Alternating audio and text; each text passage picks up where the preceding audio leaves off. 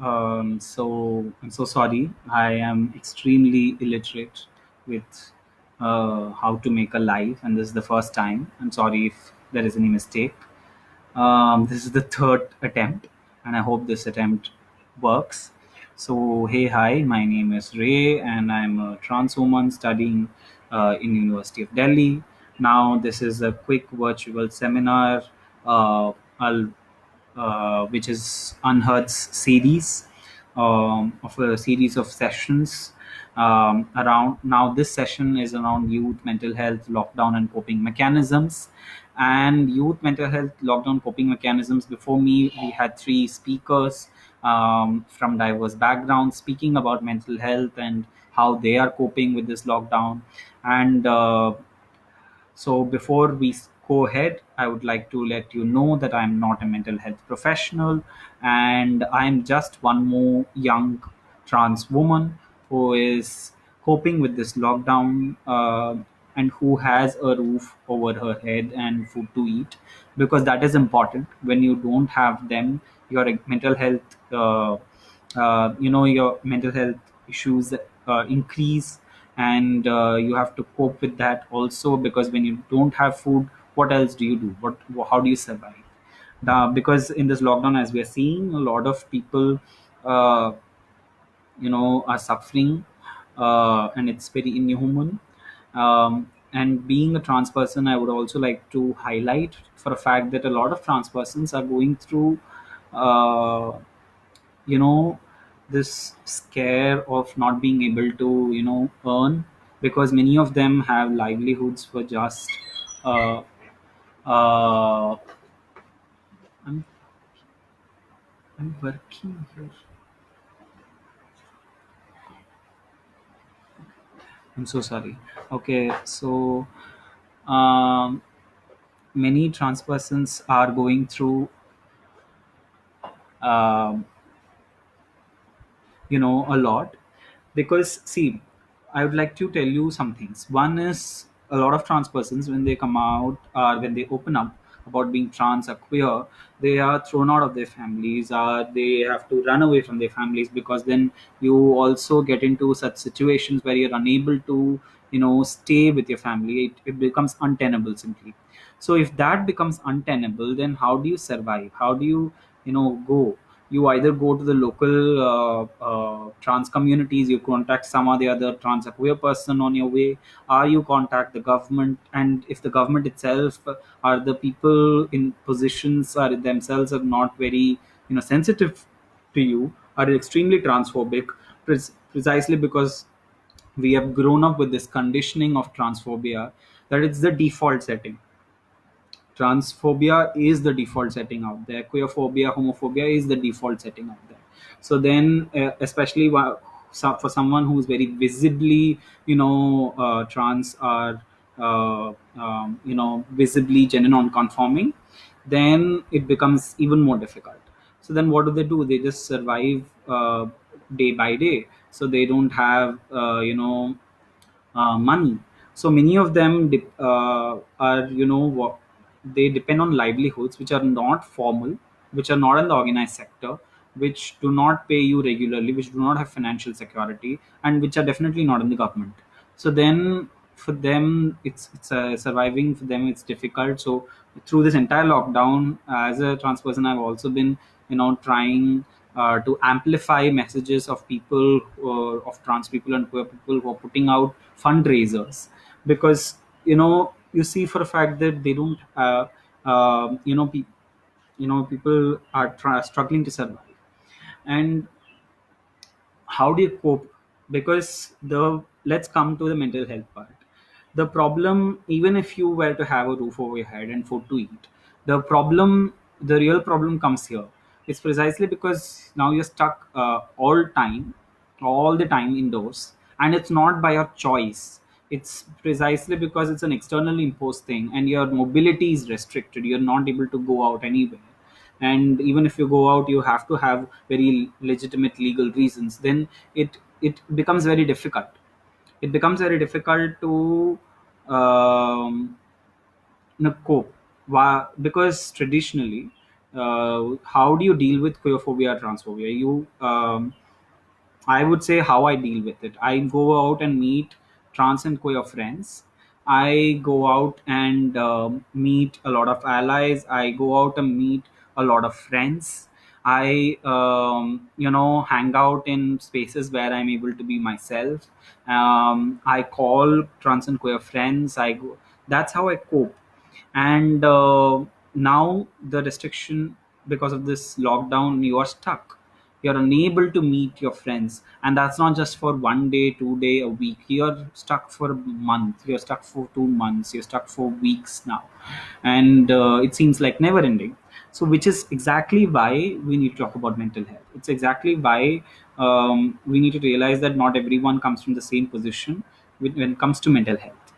And you know often trans and queer persons also are stuck with indoors with families, with parents, with support systems which are not exactly supportive of you.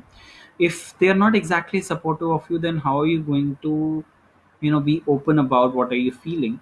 So I'll tell you some stuff which can be triggering. I would issue you a trigger warning, which is that as a person, I was you know in the lockdown, I'm sleeping a lot. And you might think, oh my god, you've got a lot of time and you're sleeping, that's great.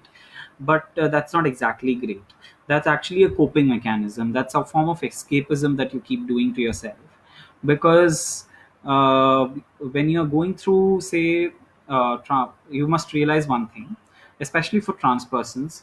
Many trans persons, not everyone, it's not a necessary condition or a necessary ground for being trans. But many trans persons, you must realize, first, transgender person is a person whose gender identity does not match or does not correspond with the sex assigned at birth. That's the first definition you must understand. So having said that, then the person, okay, it doesn't match. So you grew up, you were 5 years old, 20 years old, 40 years old, 60 years old, 80 years old, and you suddenly realize that you don't belong in the category that the world kept assuming about you. So then, usually, many a times, what happens is you experience a certain discomfort or distress with that, with certain things that you're always associated with because you're put in a certain category. Say you are said that, okay, you're constantly called something with a name, with pronouns.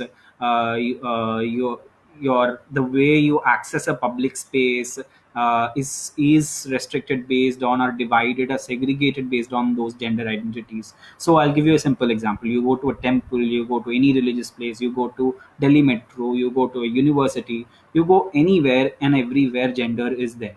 Everywhere gender is there. Everywhere.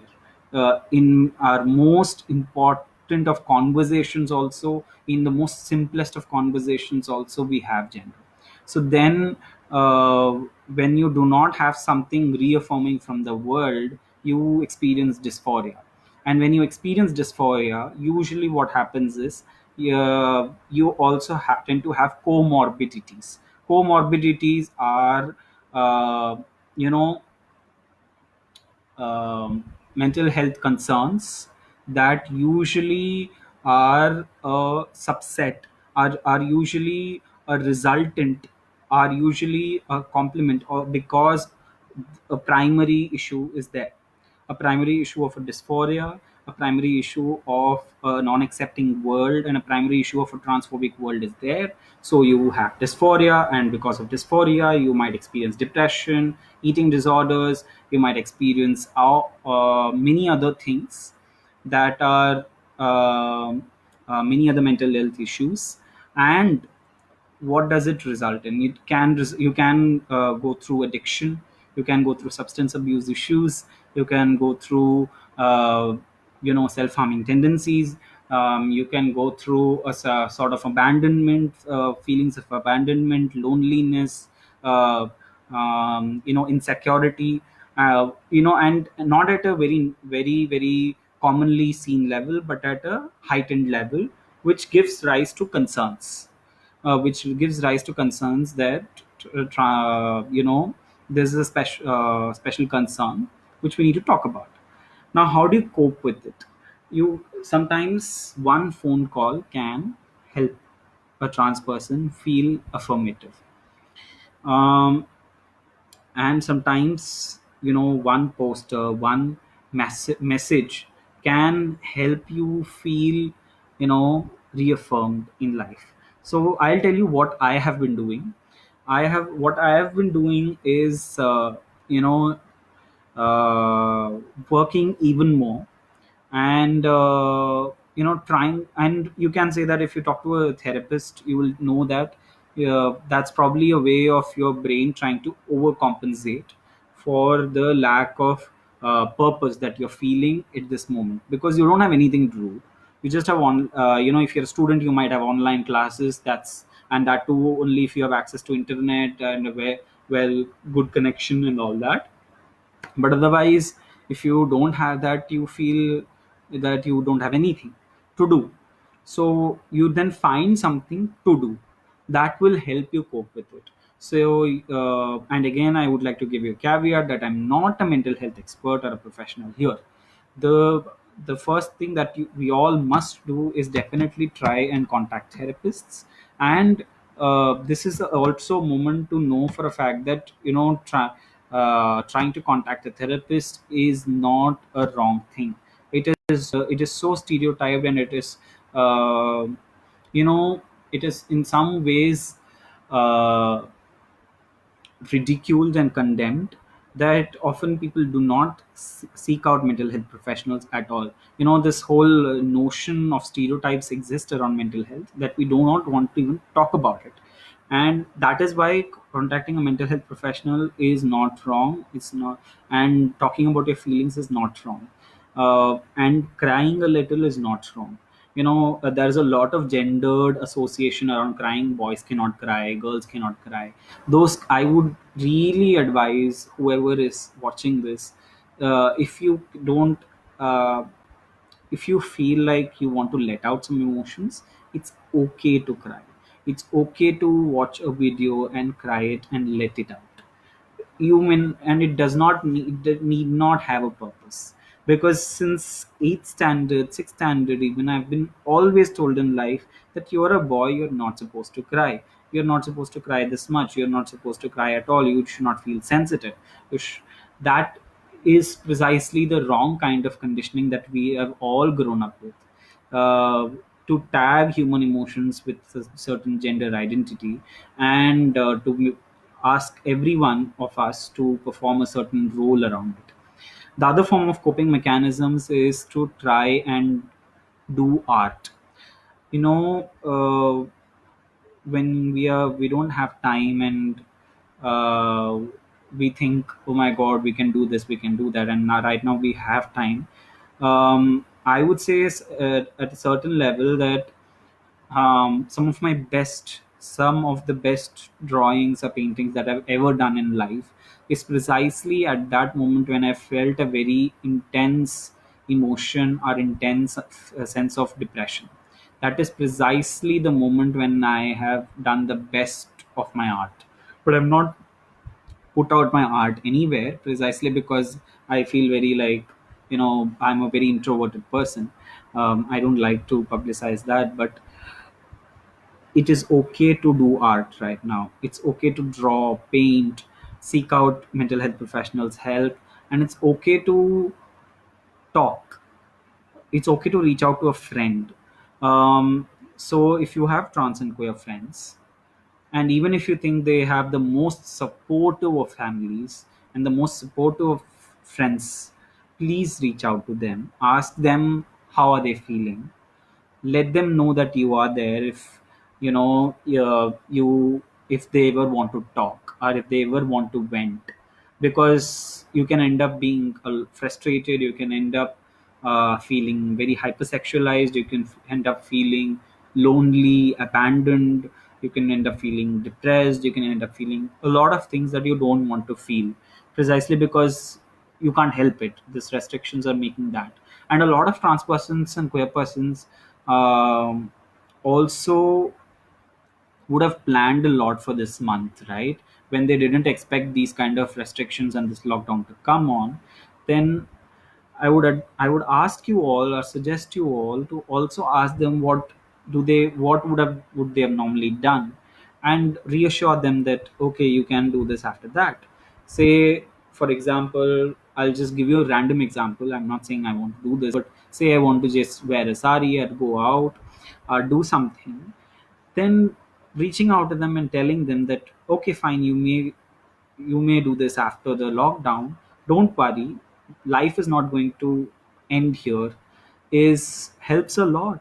And sometimes even not talking about the lockdown, the entire news cycle around it can also help. Just talk about random jokes, just crack yourself up, loosen yourself up. This lockdown can also end up leaving a lot of people horny. It's fine. Whether we are young, whether we are old, we are all sexual beings, and even we are this but we don't want to talk about it. We don't want to let things out, and then when something untoward happens or something wrong happens, then we would be like, okay, oh my god, we should have talked. So sometimes talking about it in various ways can help. And so some of the ways in which I also try to cope is to think about the I started a blog. I tried to go for a live session. I tried to take up research, and I'm planning to make a series of videos to make it a more mass reach out kind of situation, where I'll be making videos in English, Hindi, Tamil. Because see, okay, so Tarun Singh has asked me a question around how can we work on our productivity. I'm experiencing a great decrease in my productivity work wise due to the lockdown.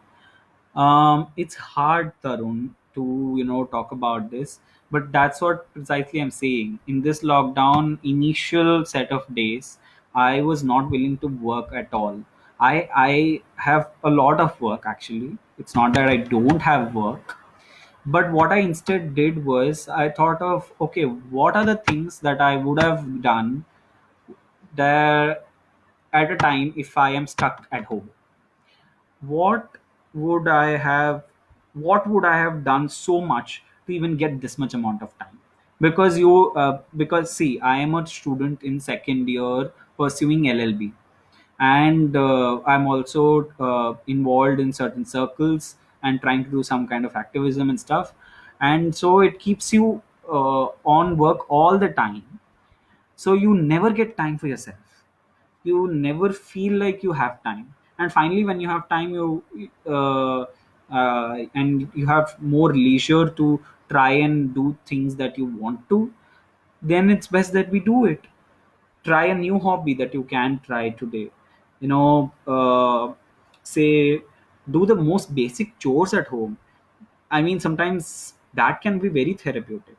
Women have cis women, and cis women have been doing work inside and outside home for a long long time, with which does not get respect, which does not get pay, who are not paid, they don't get paid, they don't get adequately paid, and their labor is not respected. And this typical serials that come where the man will work once in a year, and that will become a romantic gesture to the woman, while the woman will work all around the year, and that is not a romantic gesture at all, right? And that labor is not respected.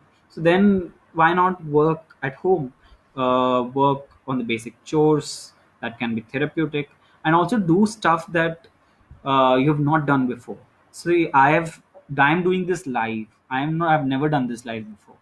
I've never done uh, I've never made Instagram TV videos. I've never made a YouTube video. In this lockdown, I made a YouTube live session.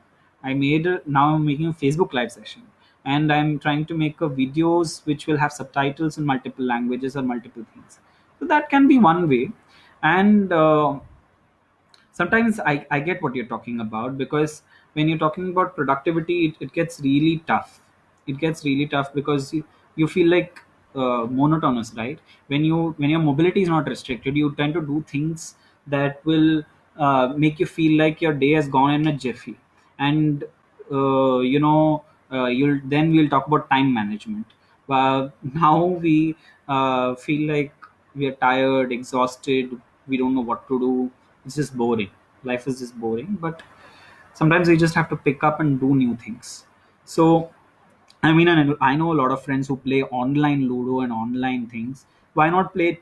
If you have more people at your home and you're not staying alone, why not play chess? That can help. Why not catch on a movie? Or if you have enough access to a movie, a Netflix show or Prime Video, why not watch it? It can actually take up your time. What are the series that you want to actually watch? Say, I have never watched Game of Thrones, by the way, and that's not a good suggestion. Please, I'm not suggesting or promoting Game of Thrones here on Anhad's video series, but I'm just giving you an example of longer shows that you want to catch up on and you're not caught up on. And sometimes it's okay to not watch the most brilliant of shows. You can watch the most stupid of serials, which will help you just which will just entertain you. You need not put too much thought into it and just watch it. And also, there are two three things. Say 14th April was Ambedkar Jayanti, Bhim Jayanti. You can catch up on reading Ambedkar. That's the wonderful thing that we can all do. We can read up on Ambedkar, we can read up on Savitribai Phule, Jyotirao Phule, we can read up on Periyar, we can read up on so many other people who have done so much, precisely because of which we are here right now. uh, that helps a lot. We can read books by our work of the talks of Ruth Manorama and so many other feminists also. And why does that help? It helps because it expands your understanding, and it also helps you curb fake news. So say we can read upon Bhagat Singh, Ambedkar.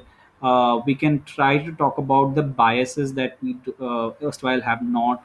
And also, I would say, as the youth in India, during this lockdown, please do go out and not go out of your home, but go out to actually contribute financially to a lot of fundraisers and campaigns. And why is that? Precisely because, see, I don't want to take this platform to only blame the government. Yes, I mean, uh, the finances are in a toss and they're not doing well, and the government is not doing well. But beyond all this stuff, the harsh reality is also is that we have to raise funds. People have to manage and live their life and be able to have food on their plate. So in this lockdown, if you're able to pass on a message to multiple people to increase contributions to people, that can help. You can help put food on a lot of people's tables just by spreading those message. That can help. And you can share favorite book lists, you can share favorite movie list, you can start gardening. Ambedkar used to play. How many of you knew that Ambedkar used to play violin and used to do gardening? He loved that. How many of you actually talked about, say, uh, how many of you say know that Ambedkar, or about Ambedkar as a lawyer? There is a book out there which talks about what did Ambedkar do as a lawyer. So since I'm a law student, I'm talking about Ambedkar a lot also.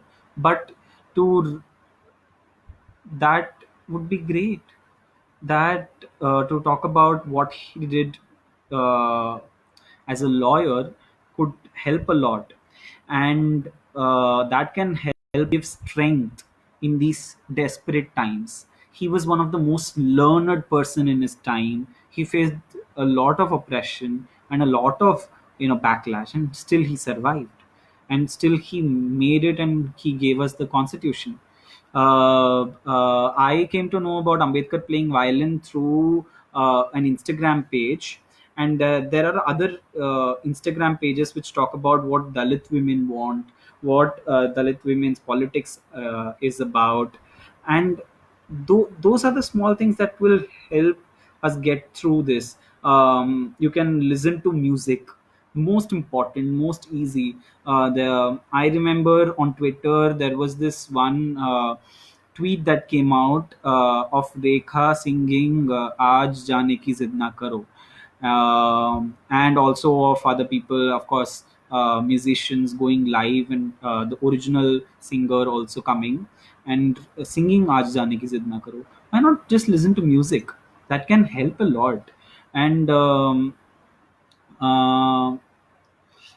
yes, Shabnam. Yes, Shabnam, ma'am. Read Pushkin, wonderful poetry. Yes, we can read wonderful poetry, poems. Okay, Sambhav is saying I'm terribly lovesick. Any suggestions? Oh, okay. So love in the times of COVID is tough. A lot of, to be very frank, I would suggest texting. That's a very bold suggestion, but you can. Uh, we can also pursue long distance relationships. This is the one. This is the time we have to, because I would say in the time of COVID, love fiercely, love honestly, love even more than what was possible before. Because this this is a time that we have to hold on to. We have to hold on to ourselves. And please, I mean, don't ever feel guilty at trying to pursue love when a lot of people are going through a lot. It's fine. I know you. If you're feeling lovesick, then dating apps can help, of course. But if dating apps don't help, then friends are always there. People are always there for you to love. People are always there for you to love. You can always discuss what you're feeling, why there is no lover in our lives, and what can love bring to us in these times. Um, because we don't know how life will be after this.